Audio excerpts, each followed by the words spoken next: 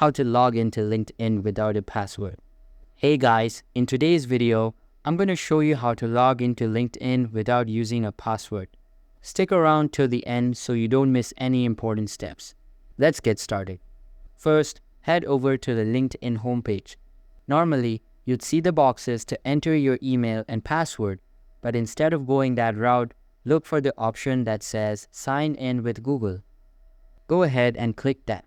You'll then see a list of Google accounts that you've already used on your device.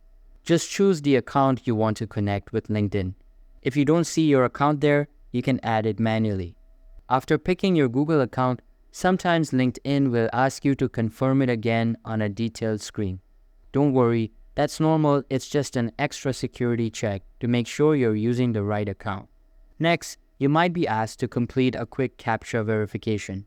This step is important because it makes sure the login request is really coming from you and not some automated bot. Just follow the instructions, whether it's clicking on traffic lights, crosswalks, or typing out characters. Once you pass the CAPTCHA, that's it, you'll be logged straight into your LinkedIn account.